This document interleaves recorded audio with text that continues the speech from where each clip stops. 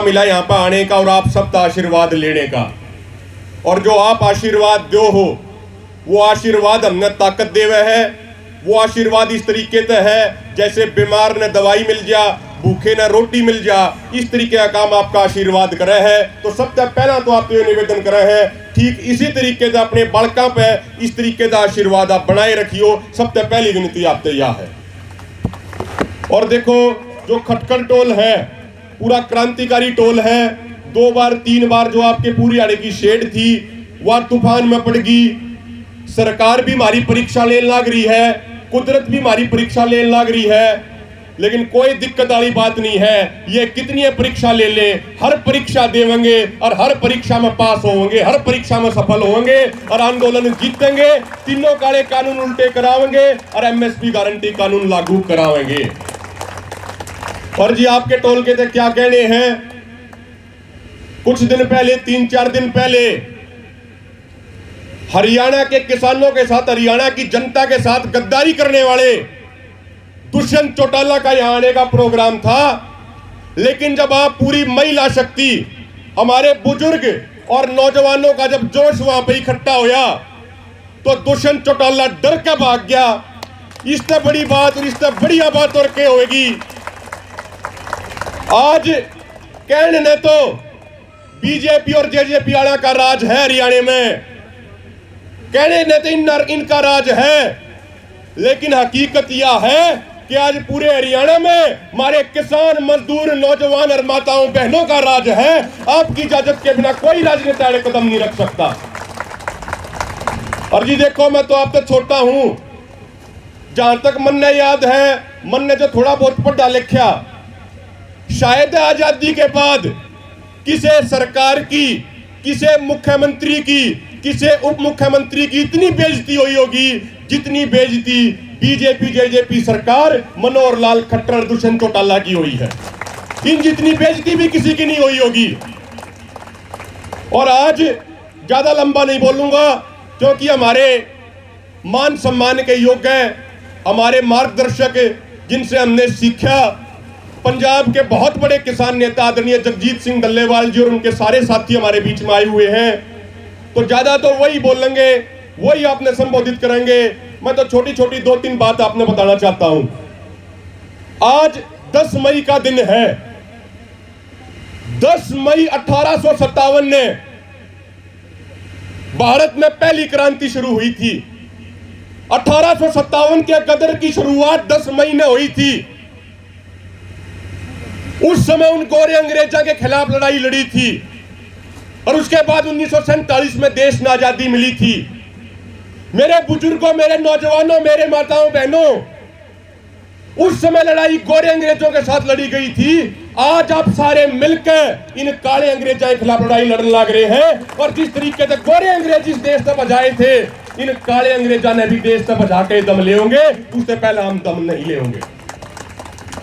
और एक सबसे बढ़िया बात जो आज इस आंदोलन में होने लग रही है, 1857 का गदर याद करें, 1857 की जब क्रांति याद करें, तो उस समय 36 बिरादरी के लोग, हिंदू, सिख, ईसाई, मुसलमान सारे मिलकर, जाट, ब्राह्मण, बनिया, दलित, यादव, गुर्जर सारे के सारे मिलकर लड़ाई लड़ने लग रहे थे। और इसीलिए उस लड़ाई में हम जीते थे। चाहे बात कर ली जाए राजा नाहर सिंह की या किसी और की बात कर ले, सारे मिलजुल के जाति, धर्म सबके ऊपर उठ के एक भारतीय बनकर, एक किसान बनकर, एक नौजवान बनकर लड़ाई लड़ी थी और वह लड़ाई हम जीते थे। आज इस आंदोलन की सबसे खास बात यह है कि इसे आंदोलन में इन्हीं मंचा के ऊपर छोटू राम जी की जयंती मनाई गई, इन्हीं मंचा के ऊपर रविदास जी की जयंती मनाई गई, इन्हीं मंचा के ऊपर हमारे मुसलमान भाइयों ने नमाज पढ़ी, इन्हीं मंचा के ऊपर गुरु तेग बहादुर जी की जयंती मनाई गई। तो जो ये अपना किसान समाज जो इतने सालों से इन राजनेताओं ने जाति और धर्म के नाम पर बांट रखा था, कदे पानी के नाम पर लड़ा देते, कदे किसी और नाम पर लड़ा देते, लेकिन आज अपना यो किसान समाज इस आंदोलन के जरिए आप सब लोगों की मेहनत, जोश, जज्बे के कारण यो किसान समाज जाति और धर्म से ऊपर उठ गए दोबारा तक किसान, जवान, नौजवान, मजदूर बन गया है। और इसे कारण इन सारी राजनीतिक पार्टियां के पेट में दर्द हो रहा है। मैं सबसे पहले तो बधाई आप लोगों को इस बात की भी देना चाहूंगा। आप देखो, बंगाल चुनाव में जब अपने संयुक्त किसान मोर्चा के किसान नेता पहुंचे, उससे पहले बीजेपी वालों ने वहां के चुनाव का मुद्दा हिंदू मुसलमान सेट कर दिया था। टीएमसी वाले के लोग टूटन लग रहे थे, सारे बीजेपी में भाजन लग रहे थे।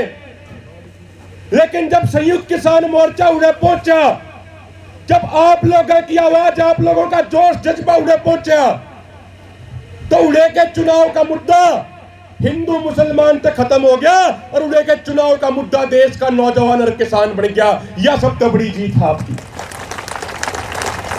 और देख लो, जो बीजेपी वाले बंगाल में 200 प्लस का नारा दिया करते, वे बीजेपी वाले 100 का आंकड़ा भी नहीं छू पाए। यह आप लोगों की जीत है। और आप यूपी में देख लो, पंचायत चुनाव थे, 3,500 सीटों पे चुनाव हुए और बीजेपी वाले सिर्फ 650 सीट जीत पाए, सिर्फ 650, 3,500 में थे।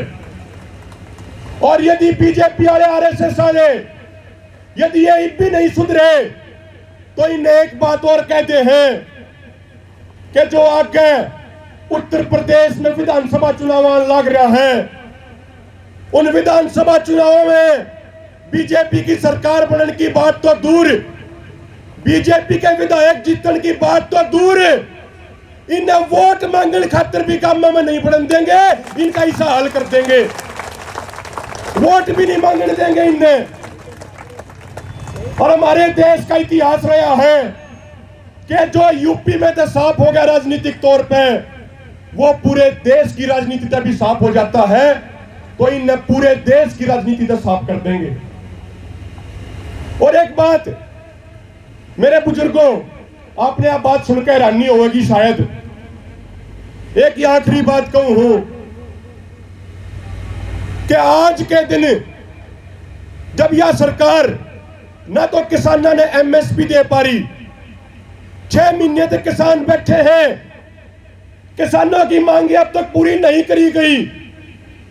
यो इन्हें लॉकडाउन लगा के मजदूरों से रोजगार खोस लिए। किसी भी शहर में चले जाओ, हर बस अड्डे पे, हर चौराहे पे अपने मजदूरों की लाइन लग रही है। रोटी उन्हें नहीं मिल रही, खाने का उन्हें नहीं मिल रहा। 400 किसान आंदोलन में शहीद हो लिए। ये बीजेपी वाले उसके बावजूद हमारी शहादत का मजाक उड़ावे। हमने कदे आतंकवादी कहे, कदे हमने खालिस्तानी कहे, कदे हमारे ऊपर फॉरेन फंडिंग के आरोप लावे।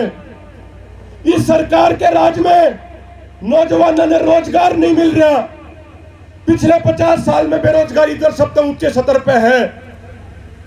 ये लोग हॉस्पिटल में ऑक्सीजन नहीं दे पा रहे।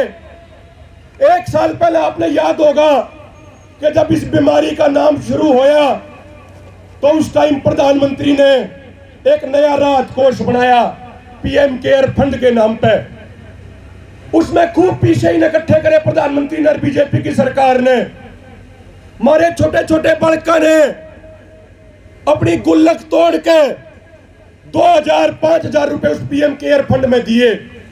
हमारे बुजुर्गों ने अपनी पेंशन में से पीछे बचा के उस प्रधानमंत्री केयर फंड में दिए। या सोच के दिए थे कि वो प्रधानमंत्री हमारे देश की जनता खातिर बेड बनाओगा, अस्पताल बनाओगा, बाकी चीजों का इंतजाम करेगा। लेकिन मेरे बुजुर्गों, बड़े दुख की बात है कि हमने तो लग गया वो पीछा भी न चुनाव प्रचार में ला दिया। आज लोगों ने ना तो ऑक्सीजन मिल रही, ना लोगों ने, शहर के लोगों ने बेड मिल रहे, ना अस्पताल मिल रहे। ऑक्सीजन तो वह चीज है जिसके ऊपर हर व्यक्ति का अधिकार है, लेकिन ऑक्सीजन की भी कालाबाजारी कर दी, ऑक्सीजन की भी जमाखोरी कर दी। इसे टाइम में अब यह बात सुनकर हैरान हो जाओगे कि हमारे देश के प्रधानमंत्री खातिर दिल्ली में नया बंगला बनने लग रहा है। आज के दिन हमारे देश के राजनेताओं के ऐशो आराम और उनकी मौज के खातिर नया संसद बनने लग रहा है और उस खातिर सरकार 20,000 करोड़ रुपए का खर्चा करने लग रही है। ये 20,000 करोड़ रुपए किसी पेड़ से नहीं टूटे, ये 20,000 करोड़ हमारे और आपकी खून पसीने की गाड़ी कमाई में तो उनने लूटे हैं। जब हमारे देश में किसानों ने एमएसपी नहीं मिल रहा, मजदूरों ने खाने को नहीं मिल रहा, नौजवानों को रोजगार नहीं मिल रहा, लोगों को ऑक्सीजन नहीं मिल रही, उस समय ये मोदी सरकार बेशर्मी की सारी अदाएं पार करते हुए राजनेताओं और मंत्रियों के ऐशो आराम और मौज खातिर 20,000 करोड़ रुपए की संसद और प्रधानमंत्री का बंगला बनाने लग रही है। इससे बड़े दुख और शर्म की बात क्या होगी मेरे बुजुर्गों, जो शहीदा ने अपनी कुर्बानी दी थी वह इसे लोकतंत्र खातिर नहीं दी थी। वह शहीदा ने कुर्बानी दी थी कि हर किसान ने उसकी फसल का उचित मूल्य मिले, हर नौजवान के हाथ में रोजगार हो, सारे लोग धर्म जाति तो ऊपर उठ कर मिलजुल कर रहे। लेकिन इन राजनेताओं ने हमारे देश की जनता का खून चूसने का काम किया है। मेरे बुजुर्गों, नौजवान भाइयों, माताओं, बहनों, जो आंदोलन आज हम सब लड़ रहे हैं, यो आंदोलन इस देश की दिशा और दशा तय करेगा। जो लड़ाई आप लड़ रहे हैं, यह लड़ाई देश को बचाने वाले किसान, नौजवान, जवान, मजदूर बनाम देश को बेचने वाले राजनेता और कॉरपोरेट घरानों की लड़ाई है। यह अपनी अगली पीढ़ी को बचाने की लड़ाई है। मेरे बुजुर्गों, यह लड़ाई हमने हर हाल में जीतनी है। हम अपना सिर कटा लेंगे, लेकिन इन सरकारों की गलत नीतियों के सामने सिर नहीं झुकाएंगे। हमने सिर झुकाना मंजूर नहीं है, सिर कटाना मंजूर है। और अपनी इस किसान कौम का इतिहास रहा है, बड़े बड़े तानाशाह आए, बड़े बड़े अंतर टकराए, लेकिन मारा वजूद तो न्यू का न्यू है। लेकिन हम तक टकराने वाले वे तानाशाह खत्म हो गए, वे मिट्टी में मिल गए। यदि यह सरकार चाहे है, यदि बीजेपी और आरएसएस वाले चाहे हैं कि बीजेपी और आरएसएस का वजूद मिट जाए, तो कोई बात नहीं है। हमने यह बात भी मंजूर है, जिस तरीके से पहले वाले तानाशाहों का वजूद मिटाया है, इन बीजेपी और आरएसएस वाले के भी वजूद मिटा देंगे, यदि ये नहीं संभले और नहीं सुधरे तो। अंत में कुछ नारे लगा दो। जो खटकड़ टोल हमेशा हमारे भीतर भी जोश भरने का काम करे, जज्बा भरने का काम करे है। और जो आपकी कमेटी इतने बेहतरीन तरीके से पूरा जो है धरना चला रही है, हमारे नौजवान साथी, मैं जिनका नाम लूंगा उतना एक कम होएगा। अनिल भाई है, राम निवास है, और भी बहुत नौजवानों की टीम है जिनका मैं नाम नहीं ले पाया, उनसे स्पेशल माफी भी मांगू हूं। आप नौजवानों का, बुजुर्गों का, माताओं बहनों का जो है पूरा जोश और होश का मिश्रण है, इसने ठीक इसी तरीके से राखियो। और एक अंतिम विनती या करूं हूं, आपने जिस तरीके से 26 नवंबर और 26 जनवरी ने दिल्ली के बॉर्डरों पे इतनी भारी संख्या में पहुंच कर सरकार का नकेल कसने का काम कराया था, वो समय दोबारा तो आ गया है। ठीक इसी तरीके से अपनी संख्या बढ़ा दो। आज और 12 तारीख ने पंजाब तक किसानों के बड़े बड़े जत्थे बॉर्डर की तरफ आओगे। पंजाब अपना बड़ा भाई है, लेकिन हरियाणा वाले भी पंजाब तो पाछे नहीं है। पूरा कंधे से कंधा मिला के पूरा साथ देंगे। और जितना पंजाब करेगा उसका फालतूकरण का काम हमारे हरियाणा की आज जनता करेगी। इस बात का एक उम्मीद लेकर आप आए हैं। अंत में नारे लगा दो। आपके नारे हमारे भीतर जोश भरने का काम कर रहे हैं। दोनों हाथ ऊपर उठ करके नारे लगाओगे। जो अपने बुजुर्ग पक्ष में बैठे हैं, जो है शेड कम रहेगी, दोबारा तो बना लग रहे हैं, वे भी नारे जरूर लाओ जी, जितनी आवाज जारी है। किसान एकता जिंदाबाद, मोदी सरकार मुर्दाबाद, खट्टर सरकार मुर्दाबाद। दुष्यंत चौटाला मुर्दाबाद, किसान एकता जिंदाबाद, नारी शक्ति जिंदाबाद। और जो हमारे ये पत्रकार भाई जो हमारी आवाज को पूरे देश और दुनिया में पहुंचाने लग रहे हैं, आपका भाई विशेष तौर पर धन्यवाद करे हैं। ठीक इसी तरीके से हमारी आवाज ने आगे ही पहुंचाते रही हो, क्योंकि आप भी जमींदारा के बालक हो, यह उम्मीद आप रखे हैं। बहुत बहुत धन्यवाद।